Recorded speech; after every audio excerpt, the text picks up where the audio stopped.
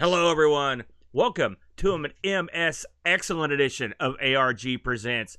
I'm your good buddy, Amigo Aaron, joined by a man who just this very week will celebrate his 50th birthday. I give you the birthday boy, a.k.a. the Brent. Hey, how's it going? What's going on, man? 50, Aaron. What's that? Are you even 50 at this point? Old man Aaron? Me? No, we're talking about your birthday. Man Aaron. We're talking about your birthday, my friend. Old man Aaron. Listen to that. My God. You're killing that song, Dad. That's for sure. God. How are you this week? I am well. How about yourself? No, I feel like double secret super crap. But I'm moving forward like a man, like a true champion, my friend. Man, I'm excited, too. This show helps me get fired up, Brent, because this was a good show. Yeah. Well, I hope it's going to be a good show. Well, we'll see. This week, Brent, we are jumping in the deep end of the pool, my friend. The deep end. We're not screwing around with any MSX1 like a chump. We're going for the MSX2. Number two. When you can double it up, why wouldn't you? Exactly. Now, of course, we spun this last week on the wheel. Britt, we covered the MSX1 way back in episode 94. So it's been That's often called 94. Listen, I could call it what I want, Holmes.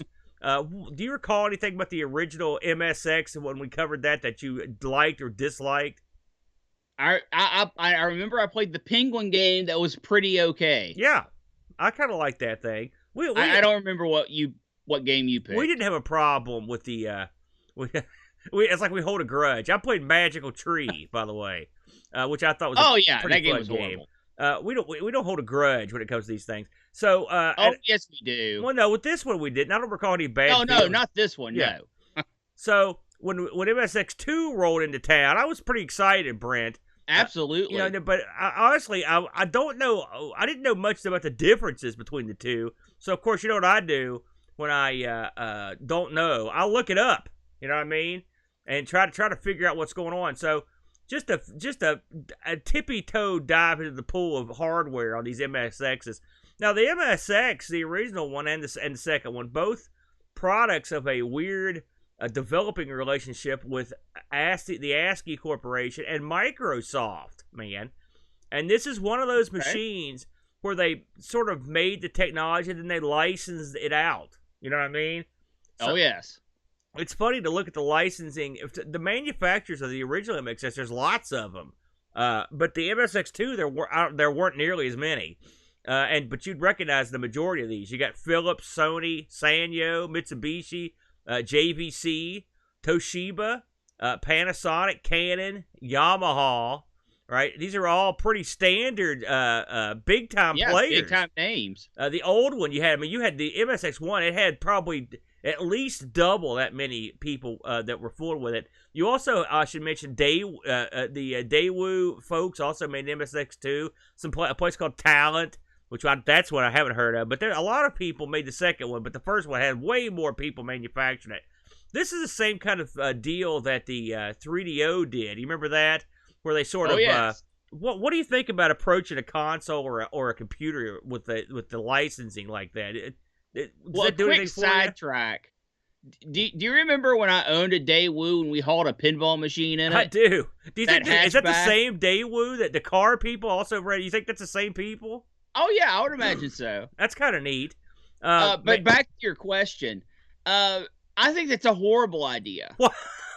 Okay. I think you get all. I think even though you have the same base components, to make your console different than the other consoles, manufacturers are going to do something, and then when you have those differences, you've got developer hell, where developers don't know what to develop for. So I think that licensing out stuff is just a horrible idea. I've never been a fan of it. Well, I don't know if it caused any compatibility issues. I mean, it didn't cause any really in the 3DO, for example.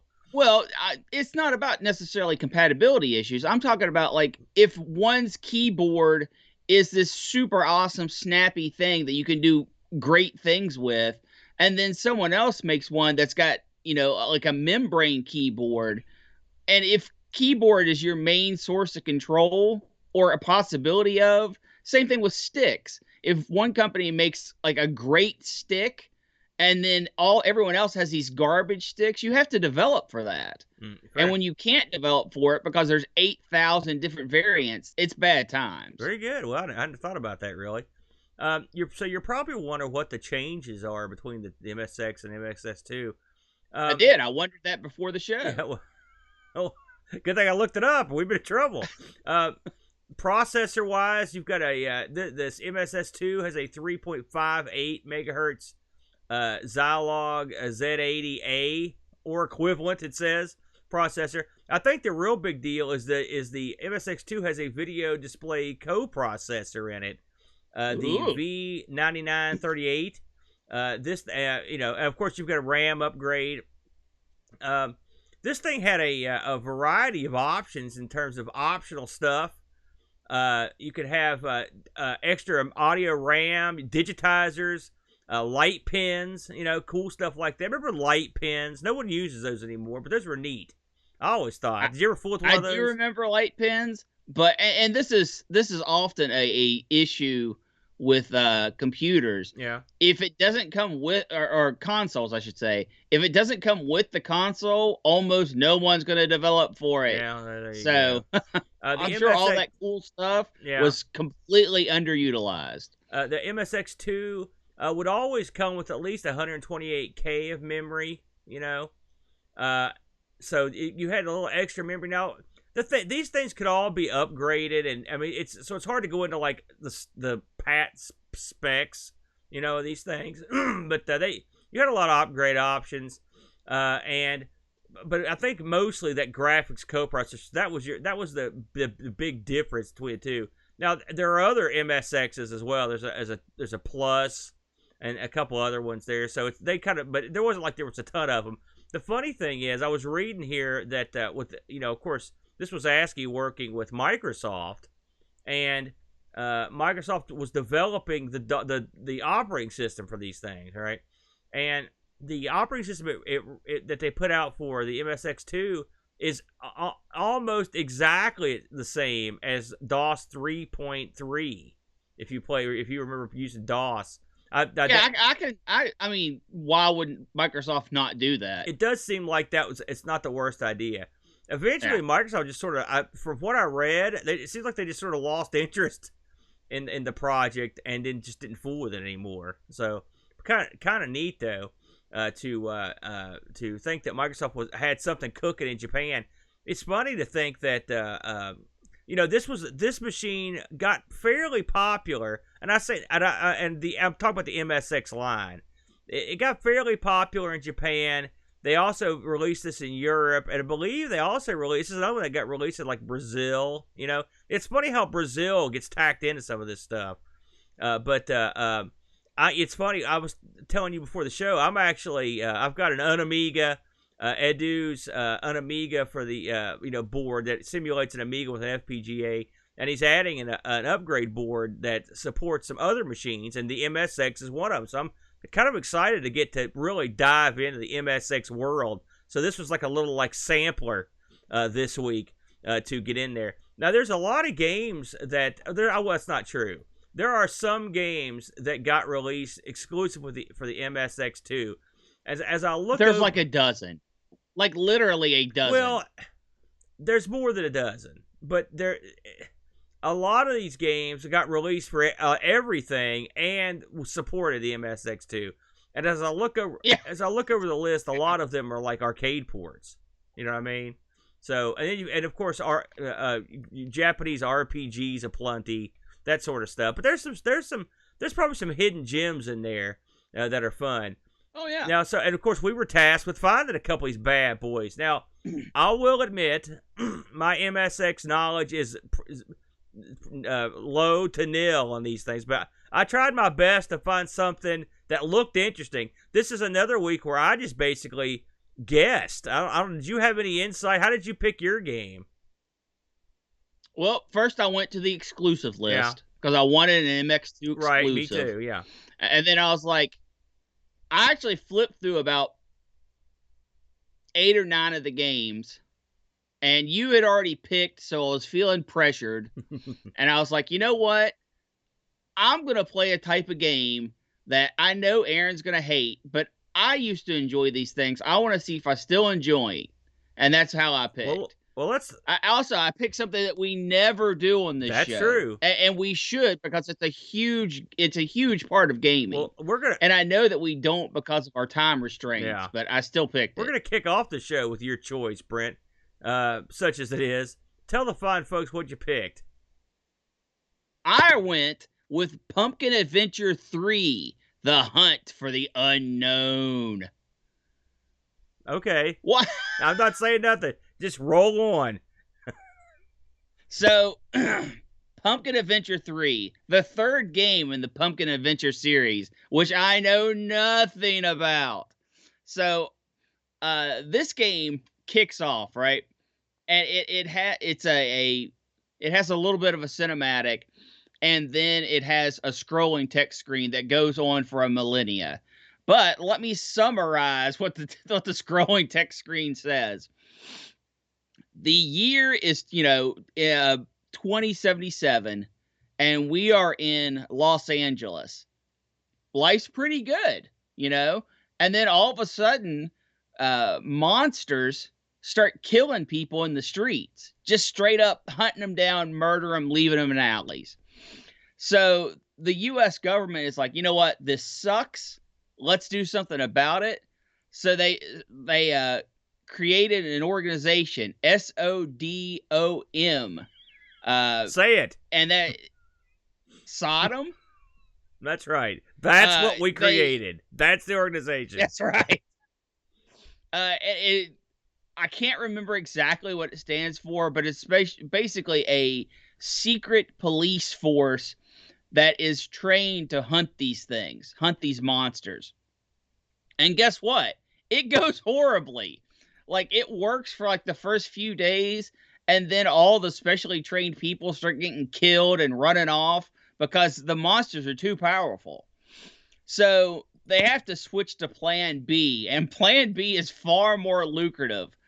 They have a scientist who scans the idols of time and finds people who have dealt with overwhelming odds and come out on top. And they found these three people that had defeated Lucifer back in the BC era, like 347 BC. Lucifer, you say? So they're like, all right, we're just going to go and rip them from time, bring them to Los Angeles, and have them fix our problems. Yeah.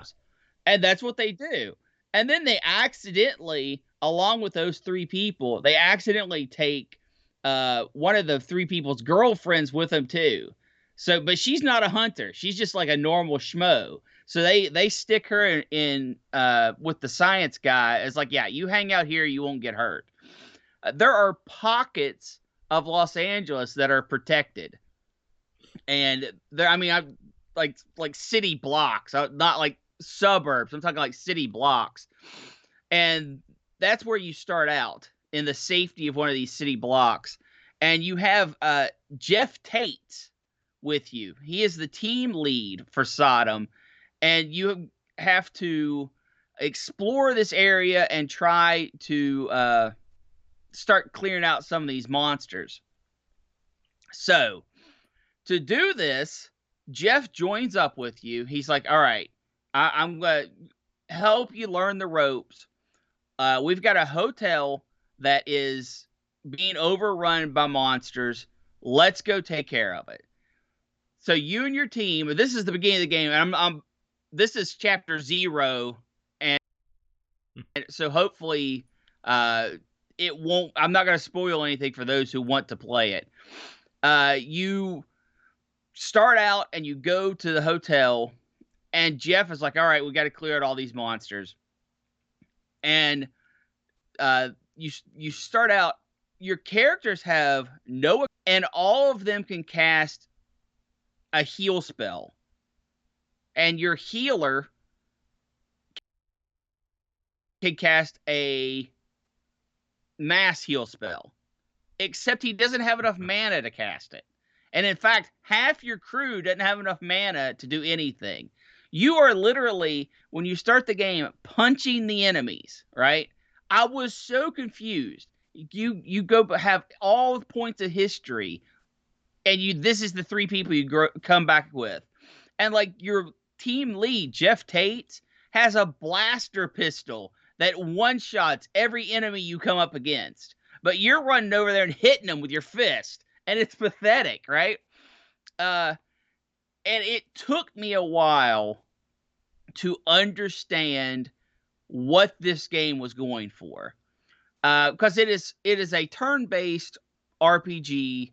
Was released in 1995 by Sunrise Foundation, and it was created by UMax, which is a team of like 8 people total to do all of it. I'm talking does the graphics, does the animation, the layout, the maps, everything. It's a very small team, and the people that you pull from the past are actually the heroes from Pumpkin Adventure 2, who did indeed defeat Satan in that game. I have no idea what happened in Pumpkin Adventure 1. No idea. So I'm going through this hotel, and there's puzzles to solve. I mean, it's rudimentary stuff. Just find the hidden object, and there are people to talk to. And like, I came up to one person that said, you know, up until the last like 50 years, this hotel didn't have any beds. And I was like, didn't have any beds? What in the world are they talking about? Well, then you start to kind of figure out. I mean, there are hints before that, but then you start to figure out this game does not take itself seriously. This is a almost slapstick style RPG where you find weapons like butter knives or cake forks, and you just your guys talk, your heroes from BC time talk like surfers. So it's not a serious RPG. It's not a serious theme or tone. It's all this kind of satire of itself. And I knew for sure when I got to my first boss, and it was King Kong, that, yeah, this game is just poking fun of itself, and it's having a good time doing it. What'd you think of it, Aaron? I'm glad the game was having a good time. I'm glad it was poking fun of itself, because now I'm going to poke fun at it. Crap! Hated it! It's not Listen crap. To me. You didn't explain what your characters look like. Why don't you tell the people about your crew? You've got a bishop who he wears this huge upside down cross bishop hat everywhere he goes. Then you've got a guy. I want an explanation for why that guy beat Satan. He looked like he should have worked for Satan. Then you've got the guy that looks like he came straight out of Kung Fury. He's got the crazy hair, the headband. He looks like a tool. Your crew, you've got a crew of idiots. You've also got, like, I like the bit where they take you to the headquarters. It's a mile underground in this city, and you go through, and your boss looks like Rufus from Bill and Ted. All right? Exactly. Yeah. So it wasn't subtle, the humor in this. And when I say humor, like, it was written, I mean, the opening monologue on this, and you can see it, I've got the video going, it goes on for like 1,000 years. I tried my best, because I make fun of Boat for skipping these things. Don't skip the opening, Boat. You're missing all the game. This thing, the opening goes over like 10 minutes, and then there's another 20-minute tour of everything that you can do nothing in. It's horrible. I mean, and I know that's the way these games are, and guess what? It sucks. The opening sucked. I didn't like any of that. Getting around in the town, that sucks too. It's hard. It's hard to tell how to get around into places. Just getting around the little alleys and stuff graphically, it's hard to get around. But I played the game because I'm a good soldier. I went in here and played this game, loaded it up, and I tried to have fun with it because it's dopey with lots of dumb guy humor. You know, I try to get into it. So I went, I picked up the assignment. I actually found the hotel. By the way, the hotel is called Faulty Towers, which is another that's another joke. It was an old TV show to BBC. And you go into Faulty Towers, and you're supposed to go and kill all these bad guys. By the way, your guys that are taken from history, they're totally cool with it. They don't have a problem. It's like saying here, it's like asking somebody for a mint. That's their reaction. They don't have any problem. Yeah. So you go in a hotel to kill stuff, and I played this. I beat everything in the hotel. Okay, the combat, which you didn't go into, is sort of this JRPG like turn-based style. RPG. Listen, this is calling this combat is being very generous. It's watch the picture, like it's lame. I hate this kind of combat. Not good. And you're right. One of your characters is a stud, and 3 of them suck. And so I devised I would split the combat up. I would have 3 of my guys fight one guy, and then I knew the 4th guy could kill whatever he fought. So I would just that's how I would do it. But you do level quickly if you go through the whole hotel, you know. But it's slow. It's just you're hitting the fire button. I mean, you get to the point where everything dies, and so you just sit there and just go like this. Just hit the button continuously. Just like, man, please let this end. But it won't end. I didn't like it, man. I didn't think it was even clever. I didn't think it was funny. You know, it didn't do it for me. I thought the humor wasn't there. I didn't like the combat. I didn't like the options. I mean, is it the worst thing I've ever played? No, it wasn't the worst thing I've ever played, but it just wasn't anything special, I guess is what I'm saying. I don't understand the name. I'm sure it comes into play somewhere down the line, but I don't know why it's called Pumpkin Adventure. I didn't know. I thought maybe it'd be Halloween-based or something. You know, I don't know. The guys walk around. I mean, you could tell it does remind me of, like, if someone said, listen, we're going to play an RPG game on, like, an old DOS machine, this would be it. Now, I will give a couple kudos to it. The music is good. I enjoyed the music. It has an ad-lib quality to it, or it's the trumpet they use and stuff with some of the songs is good. I mean, now does the music fit the game? No, not really. It's like basically being trapped in a Japanese elevator for a couple hours as you sit there. But I mean, you hear the song; it's a good song, but it does after a while it gets old. You know, the actual ability to it changes up. I don't know how far you played. I played this for 3 hours. And I hit the wall. I'm like, I'm done. Did you? Okay, so you got to King Kong. What did you think about King Kong? I thought that was a fun fight. I thought it was a good boss fight. Okay, now that you know the particulars of the game, let's real quick, here's what's good and what's bad about it. The good parts. This is a classic style turn-based RPG. If that's your thing, you're in for a good time because it's exactly what it is. It looks like you can have tons of enemies. I fought up to 5 enemies at one time. It is what it is. You don't get a ton of loot. In fact, you never get items from enemies. You always get items from chests. And so there is an exploration aspect because you want to find the chest to get your item upgrades. But if it's a classic RPG style, turn-based RPG style, where the game has some issues for me is the graphics are such a way, and the graphics are good. I don't think the combat graphics are so good because you fight things on just a black background, and that's always annoys me. You don't see the enemy you're fighting. You just see some, like an icon of them. Like when I in the hotel, I was fighting falcons and hellhounds. But when you saw them in the hallway, it just looked like a cloaked figure walking around real fast. Yeah, that's standard fare, though. It's not random combat. The combat is if you engage or the enemy engages you, so that's a plus. Not in the hotel. Yes, you do. You can avoid tons of enemies. You couldn't get around them in the halls. The halls are too narrow. No, that's not true. it was. I mean, there were obviously some passageways where you had to engage, but there are plenty where you can avoid the enemy if you want to. Here's my problem with the game.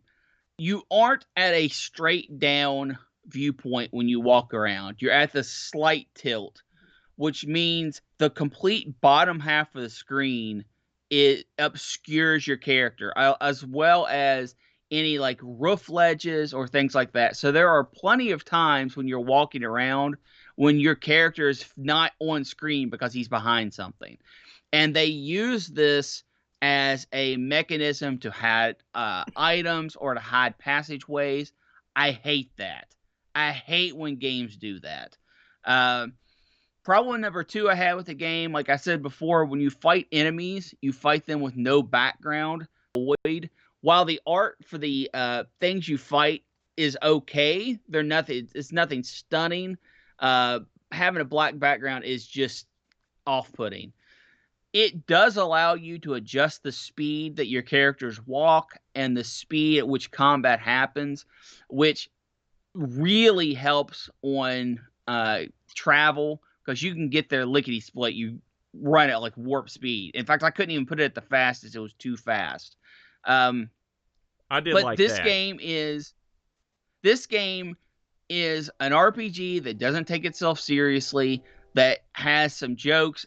Some of them hit, a lot of them miss. It's just the type of humor it is. That it plays a good RPG. It plays a competent RPG. So if that's your thing, if you like turn-based RPGs and you're looking for something with a future fantasy setting where you can just enjoy the conversations and the wacky conversations and the crazy characters and the ridiculous situation, this is a fine game. And the only way to play it is MSX2 that I'm aware of. So, if this sounds like something you would enjoy, I don't feel like you have to play 1 and 2 to understand the story of 3. It seems separated enough. No kidding. The characters themselves are from the second game, so maybe that you'd have some connection with them that way. But it looks like they were taken out of history before they fought Lucifer, because that's why they don't have any of their powers. At least that's my guess. I don't know. Never actually says it in the thing. Game is completely in English. So yeah, I think it's an okay time. I thought this was an okay game. I've never understood these games. The appeal of these games. This is a perfect example of it right here. Where's the fun? I keep hearing about all these great games. It's got all this great dialogue that make people cry and break down, and they love these characters. But I'll tell you what, I've never played one yet that did that, and this one sure as heck doesn't do it. It's because you don't give these things enough time. That's not true. Britt, the dialogue in this... No, it is. It looks like Luke, games, my 11-year-old son, got liquored up and then wrote this. I mean, it's so stupid. Now, I'm going to give it... I assume that the translation... But, I mean, their jokes and stuff they come across, they're just horrible. I mean, the dialogue, it's so stupid. Like, it's not for adults. If this is marketed for kids or something, I can understand that. But it's not for an adult. No one's going to sit down and think to themselves, I'm going to have an adult evening here playing this game, because it's stupid. The combat is stupid. It's just, I don't get these games. I do not understand them. I've never understood them. And this is just another one. It's not like this was any better or worse than anything else I tried. I just don't personally get it. I've never understood it. I mean, yeah, are the graphics okay? They're okay. Can you sort of see what you're doing? Yes. But I mean, when the rubber meets the road, it's dumb. It's a dumb game. And, saying this is a pretty decent adventure, no, it's not. Don't lie to the people. It's not decent. It's dumb. It's a dumb game. The combat, everything about it is low end. And that's all I got to say about it. Okay, you understand, Aaron, that not everything has to be super serious RPG world. It is dumb. That's the appeal. The dumbness is the appeal. And the combat that you keep ragging on, turn-based combat, some people love turn-based combat. It is low stress. It's more about tactics. No. Were there major tactics in the portions that we played? No, because you're not advanced far enough. It doesn't take anything like character equipment stuff into account. But normally, in turn-based combat, especially when you get in the upper echelons, it's all about strategy, figuring out what enemy is weak to, what enemies you need to heal at this time. There is a strategy into it, and it's unfortunate that you've never played one of these long enough to see what they have to offer. Now, I played this game for sometimes hours. I'm in the mood for these. Hours. I couldn't believe I played this game at least as long as I played mine, if not more, because you had to. I tried desperately. I was begging to figure this out. The game was not complicated. I tried to give these things a chance.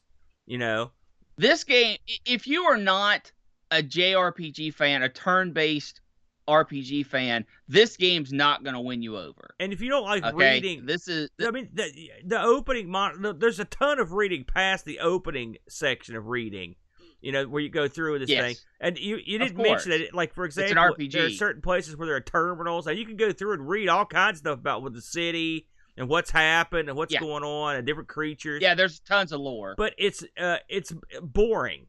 I read a book. Oh yeah, I didn't. You know what I'm saying? I don't want to sit there and read. Listen, anytime a movie comes on with a 10-minute opening scroll, it's crap. That's a joke in cinema. And so this thing having a 10-minute opening scroll, I knew right away I was in deep trouble. Thumbs way down. Well, for Pumpkin Adventure 3. There's a stupid comparison. Carve up this pumpkin, y'all, and then when it starts to rot, throw it in the garbage can. That's what I did this week with my pumpkin. Dud. That's a dud. Yeah, this game is okay if RPGs appeal to you. This one's okay. So what? Okay, Aaron, what did you bring to the table that was so spectacular? Well, I will say this. This week, it's not even close game-wise, and you're not. And even you, as goofy as you aren't going to fight me on this one. Where now, and I will admit, I had no background for this game. I just saw it. It looked pretty cool, and I grabbed it. The game I chose this week is Usas, or the full title of the game, Treasure of the Usas. Now, I'm not pronouncing Usas correctly. There's that little squiggly line there has you pronounce it differently, but I'm not 100% sure how you pronounce Usas or Ushas. But I'm going to call it the Treasure of Usas. So, what is the treasure?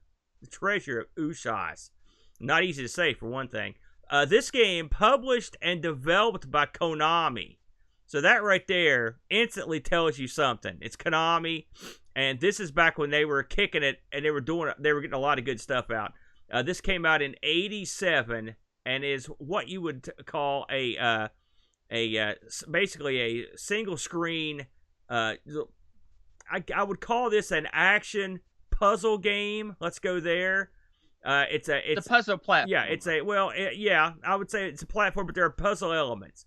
So you talk about backstory. This thing, I had to do some work just to look up what was going on in this game.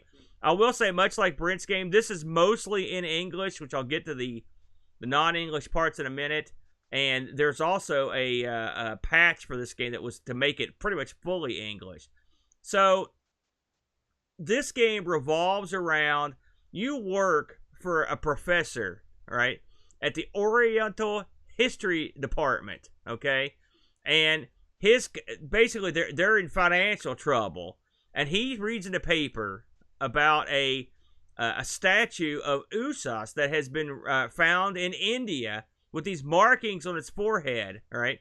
And so he sends you out, the two of you out, to try to get these things, because it's basically, this is like the whole premise of this is it's a fundraiser.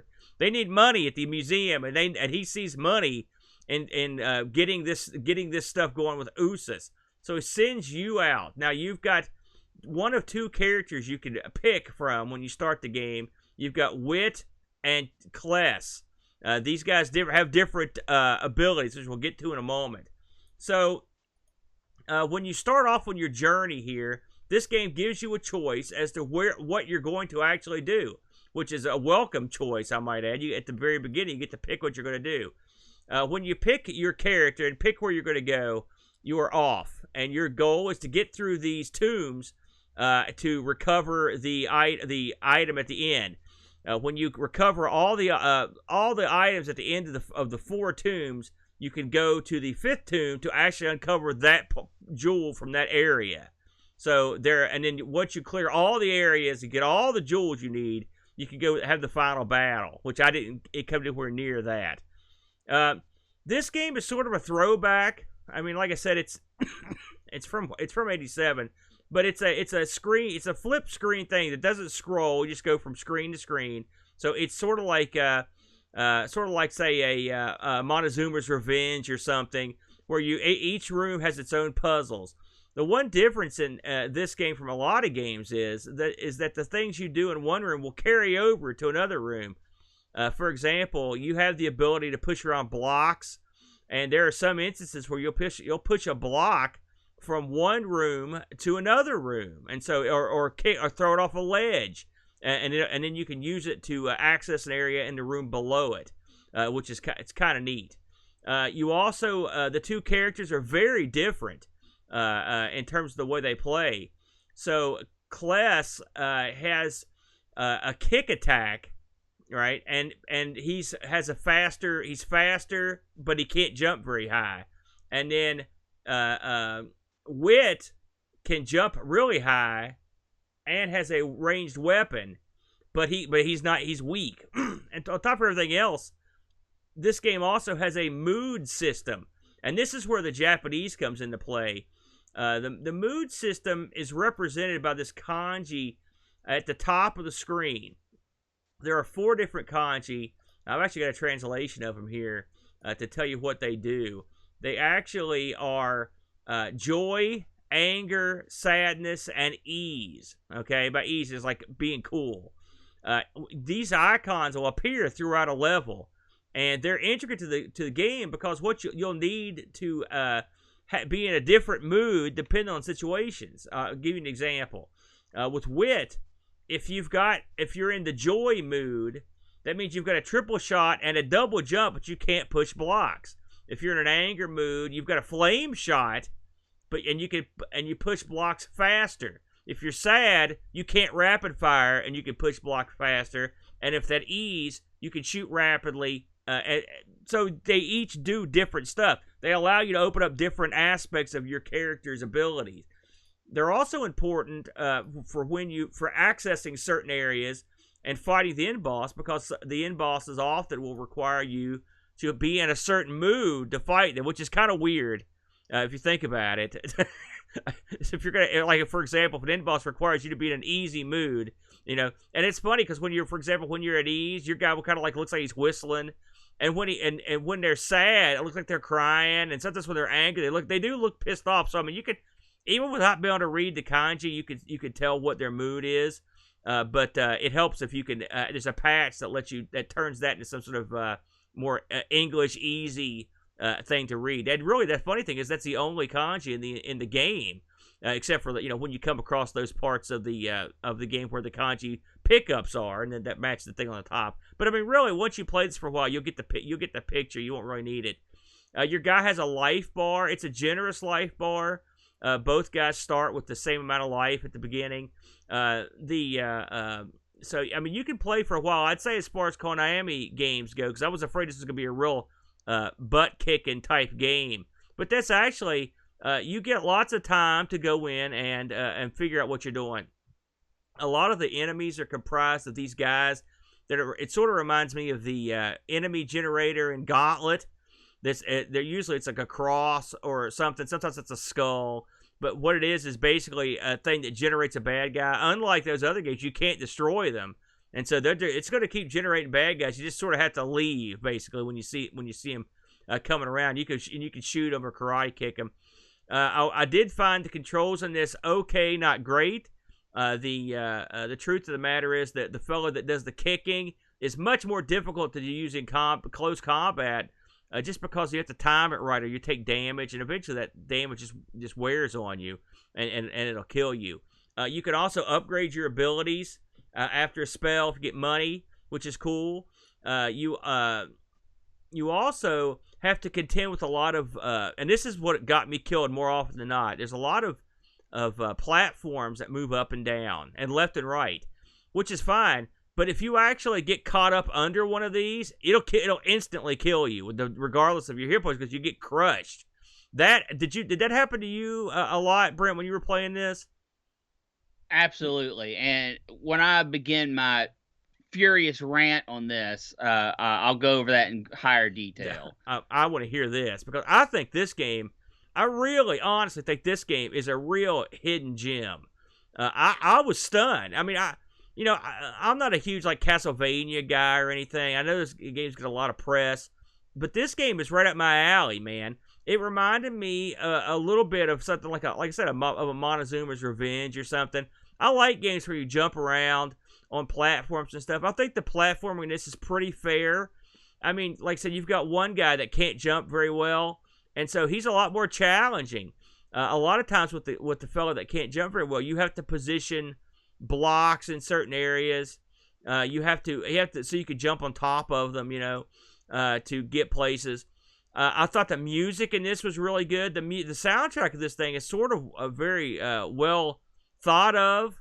I believe they said that the same guy that did the Castlevania music did the music in this, which that would make sense since it's a Konami game.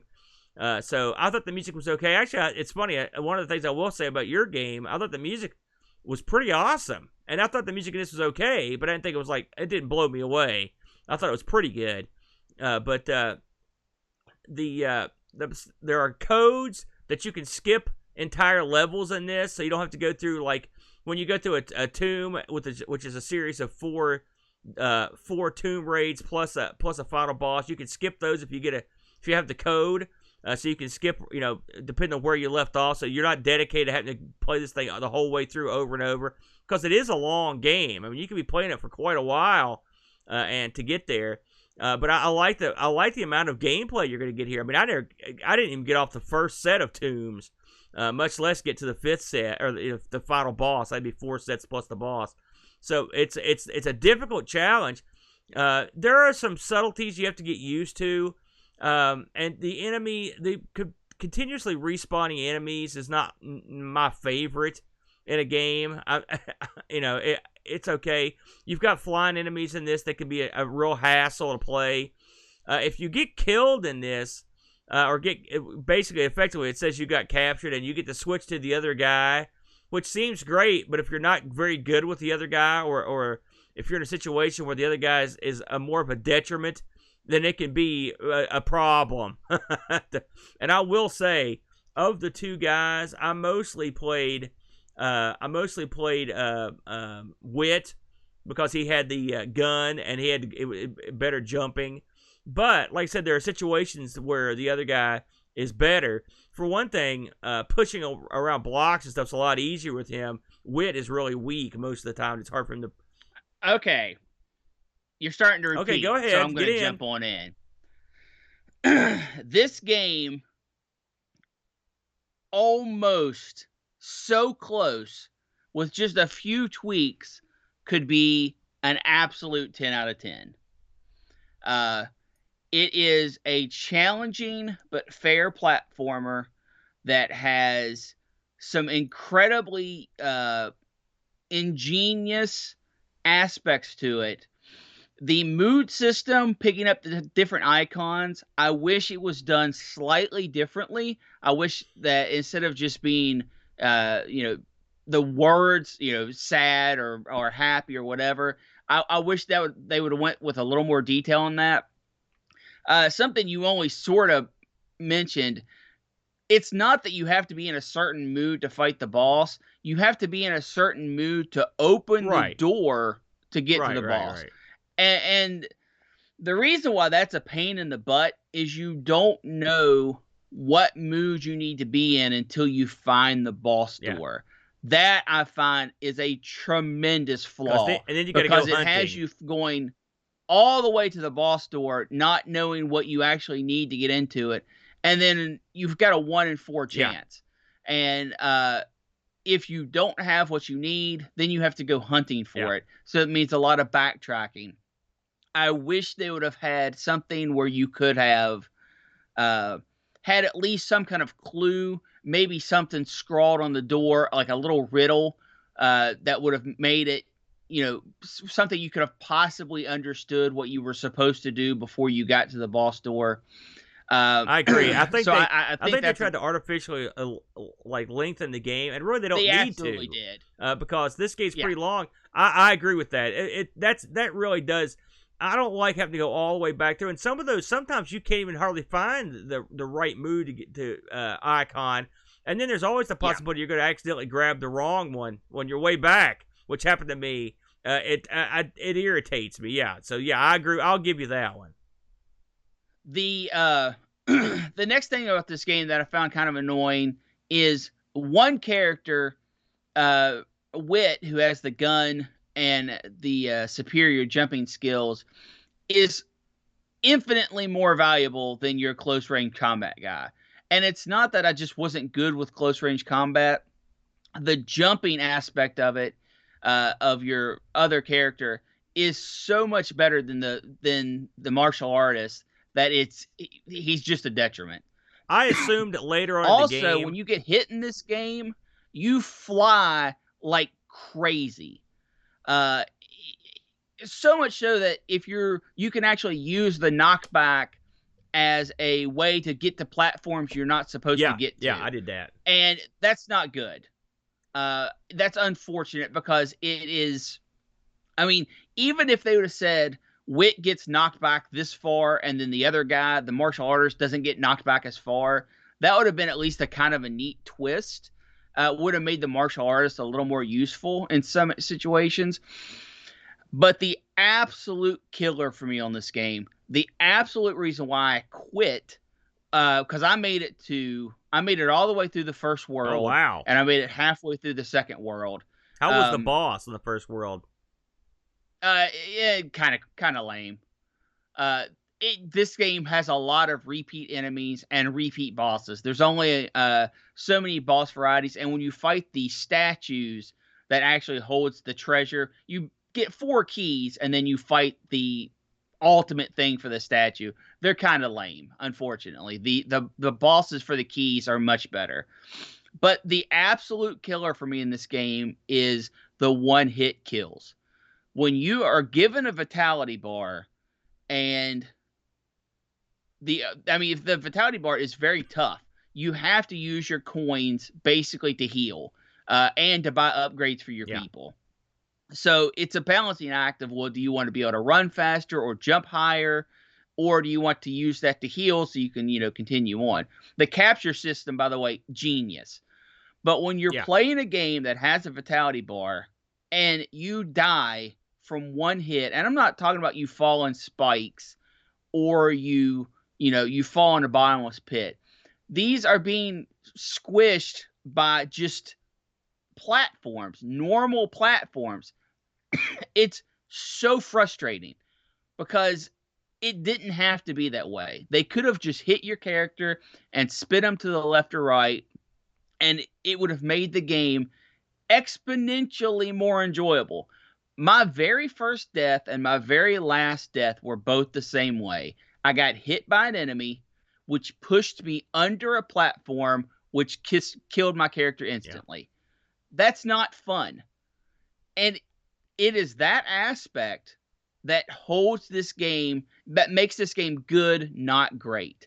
Also, you can farm money, and which kind of makes the upgrades meaningless. I wish they would have avoided that. I farmed something like 5,000 coins, which was enough to upgrade my characters to full, plus have plenty of money to heal. And it only took like 7 minutes. I found a spot where you could just go up and down and just keep getting a 10 coin. I just did it over and over and over. You think they'd had a time limit? I noticed that myself. You can't have a time limit in this type I guess game, you're right. But it is odd that they would add an element of money earning. I had the exact same thought because I had tons of cash. It wasn't hard to get. But I thought to myself, "Wow, wonder why." I thought there was. I get much like the fact that the martial artist is the weaker of the two guys. I just assumed that somewhere ahead that there would be a point where that would change. Well, he is much stronger. Right, but I mean, let's face facts. You don't want to use him. Also, why does a martial artist have a crappier jump? You think he should have better jump? But that well, and the martial artist can get one of his things gives him a roll attack, which is the most powerful move. Oh yeah, yeah. You're basically indestructible when he's rolling. Yeah, but you got to be careful where you roll, or you'll get smushed. Right. Well, yeah, that happened plus, to me too. You know, since you aren't allowed to keep these power-ups because the game forces you to get certain power-ups to advance, which, I don't really have a problem with that. I just wish I knew what I needed before I don't have to go all the way to the end to find out what I need. However, all that said, this is definitely a game I think you should check out. I think this is something that is worth getting an MSX emulator for to try. Or Wii Virtual Console. I think, if you've got that, it was on there. Yeah, or on the Wii Virtual Console. I think this is good enough that you need to check this out. I agree. Now, just not to compound stuff I didn't like, but the enemy placement, some of the enemies are real. It's a real hassle. You know, what is it with Konami and the knockback from getting hit at thing? Yeah, I did right. Everything you said, I did. Using the hits to get the levels you weren't supposed to get to, I did that, which is fine. But I mean, it is a hassle to get knocked back into stuff, and I never liked that in any game. In this game, you do fly back. I mean, there's a lot of knockback in this. Yeah, the knockback is really. And ridiculous. I also agree with you on this. I mean, at first I can understand why you were getting killed. I assume this is like a big, heavy stone thing sitting on you. But it happens so frequently because of the knockback and because of circumstances that it does become irritating. That's why it's space facts, especially when you get a good game going, man. You know, and what's the worst is like when you got a real good game going and you're way into the level when it happens, and then you've got to bring in that karate guy. It's like, oh, here we go, and you know it's gonna be trouble. The hand-to-hand combat in this, like I said, I had real difficulty doing it efficiently. And consistently. Yeah, it's poor. Without getting hit. You know what I mean? The hitboxes have issues. Yeah. Well, also his fact that his kick is real. I mean, he's tiny, so he didn't kick very far. You know, and so you have to wait till. I still think this was an excellent game. Yeah. Like I said, I got to. I think it was either 2-2 or 2-3, and I think there are a total of 4 worlds. You did great. You did real well. And I enjoyed my time with it. Until I got killed. I mean, it was a complete screw job. And, you know, after that, I didn't want to play anymore. It doesn't mean I won't go back to it because I had fun during my time. But when a player feels like they got ripped off, I mean, the game didn't beat me because the game was better. I feel like I lost because the game cheated. That's bad game design. This is a prime game for save states, too. Really, if you're going to. Well, yeah, if you want to do that, I don't. Want to do that. I do like the fact that there are. I don't want to have to do that. You know, I guess you knew about the codes. Those help. Yeah, I got one. I should mention that something else. A lot of the places in this are real life places. That's kind of cool. Even the codes are real life places. Which the passwords. That's kind of neat. Now here's some wackiness I found out just looking around. So you could actually. This thing had a couple of cartridge slots, okay? And so sometimes, I guess people sit around doing this. You could have another cartridge stuck in one slot, and it would affect what you're playing. Did you know that? So, for example, I was reading here, if you have F1 Spirit, which I almost picked that one. If you have F1 Spirit in a cartridge slot and you're playing USAS, you will always have the special power. Kless can walk over gaps and Wick can jump midair all the time. If you've got Nemesis 2 in, you can continue with the F5 key after a game over. If you have Metal Gear in, you'll lose half the energy. You only lose half your energy. And if you've got a game called The Maze of Gallius in, you'll get 100 coins at the start of the game. Now that is wacky. Think about that. That's pretty awesome. I completely endorse that. I mean, it's really unusual. That's very strange. I've had a couple reviews. These are sort of more modern reviews that were after the fact. The Games Machine gave this 88 out of 100. They were fairly impressed with it, and ASM in '89 gave this an 80%.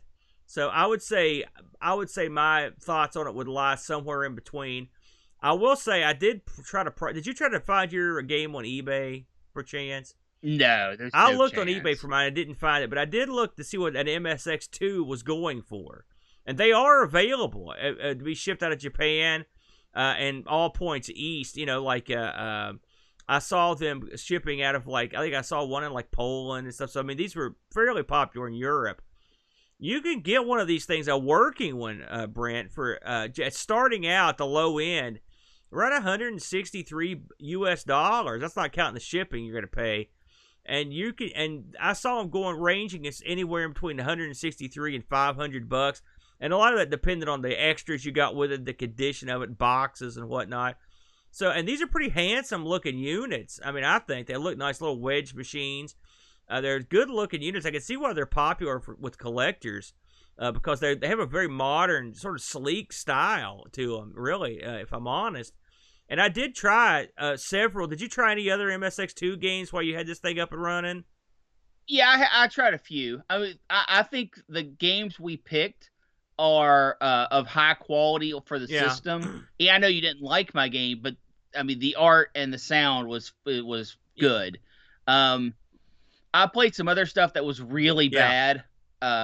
Just flipping through different games, and then I've also played some stuff that looked like it would have been interesting if I would have stuck with it. There's a pretty big disparity on this system between what looks good and what, for example, I thought my game looked awesome. I mean, the graphics are it looked pretty top decent. Shelf. Then I tried. I saw that amongst the offerings for the MSX2 was Outrun, and you'll recall that Outrun on the Amiga, for example, is double secret death. And so I tried Outrun on this, and it sucked. It was also no good. It was I was surprised how poor it was. So your mileage may vary on these, but yeah, pick yourself up an MSX2 or 1. I think you'd probably have a good time wheeling around on it. You know what else? Now, Aaron, do we have any Discord reviews? We didn't have any. That's kind of heartbreaking. We didn't have any because I really think your game would have appealed to a very wide audience. I was surprised, but I don't think a lot of people are into the MSX. I was surprised too, because there was a lot of banter to play it. But no, we didn't get the Discord action this week. We'll give her a shot next time. But what we do have this time is some sweet wheel action, Brett. Let's fire this sucker up. Oh. All right. Let me adjust your stupid picture-rini here. Yeah, you look great. No, don't worry, I got it. Thanks a lot. Thank you a lot. So, Brent, this week we added 2 items to the wheel here. We've got the Retro Rewind piece. One of our favorites from before you came on, the SG-1000, and the extra piece this week we added was our Fight piece, which we'll get into if it comes up. Let's spin this sucker. What are you hoping for this week? You know what? Something off the wall. I'm sure we've got something just completely off the wall in there. Let's do some off the wall.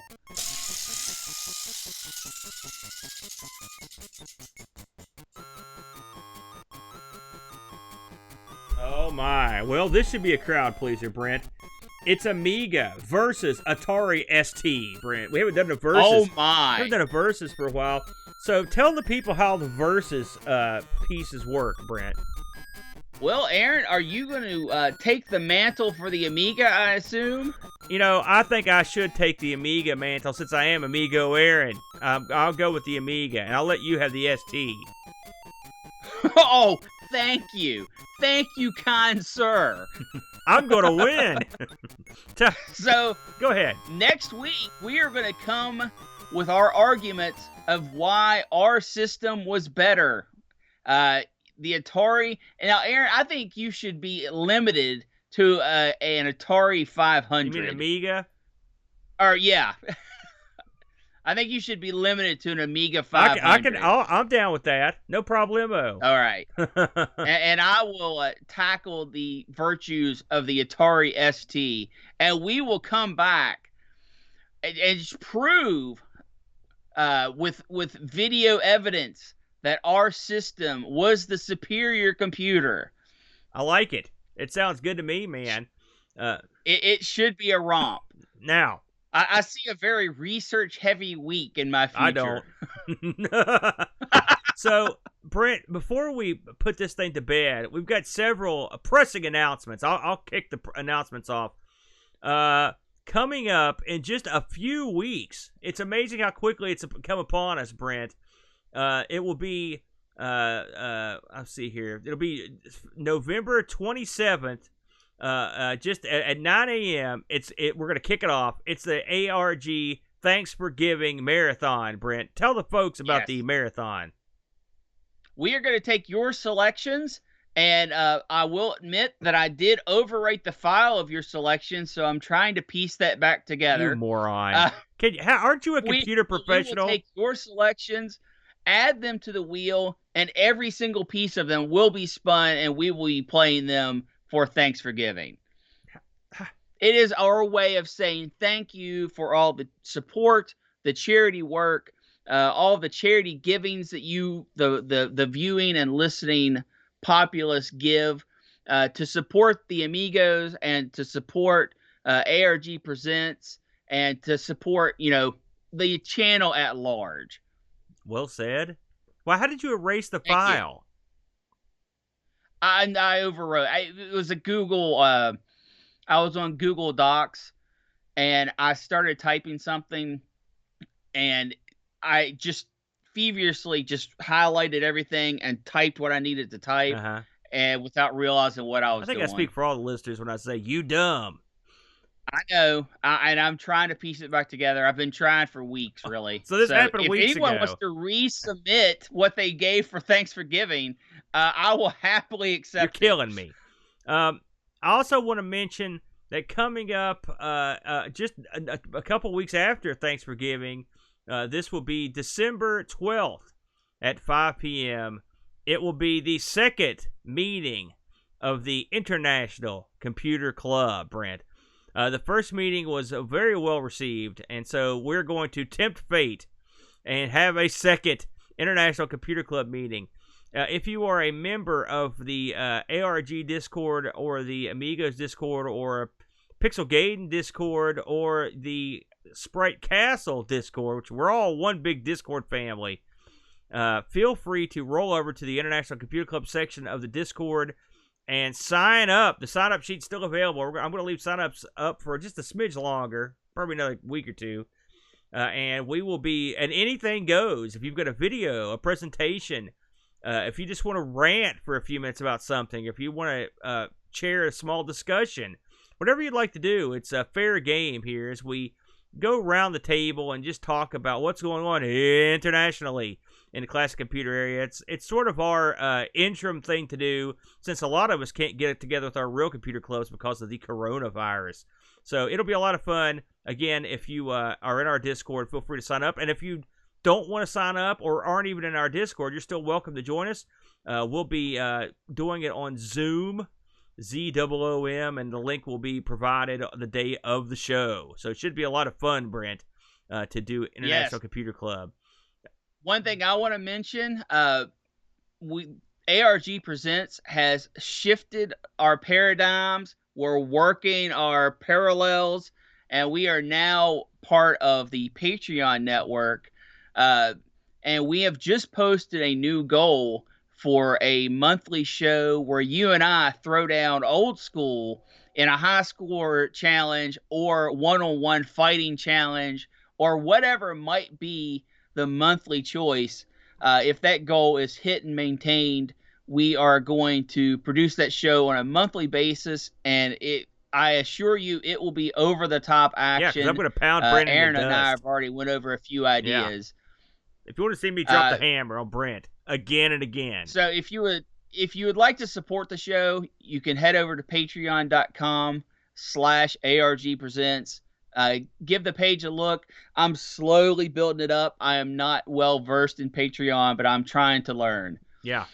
Just make sure you don't erase anything, Spudhead. I know, all right, man. Next week, it's Atari St versus Amiga.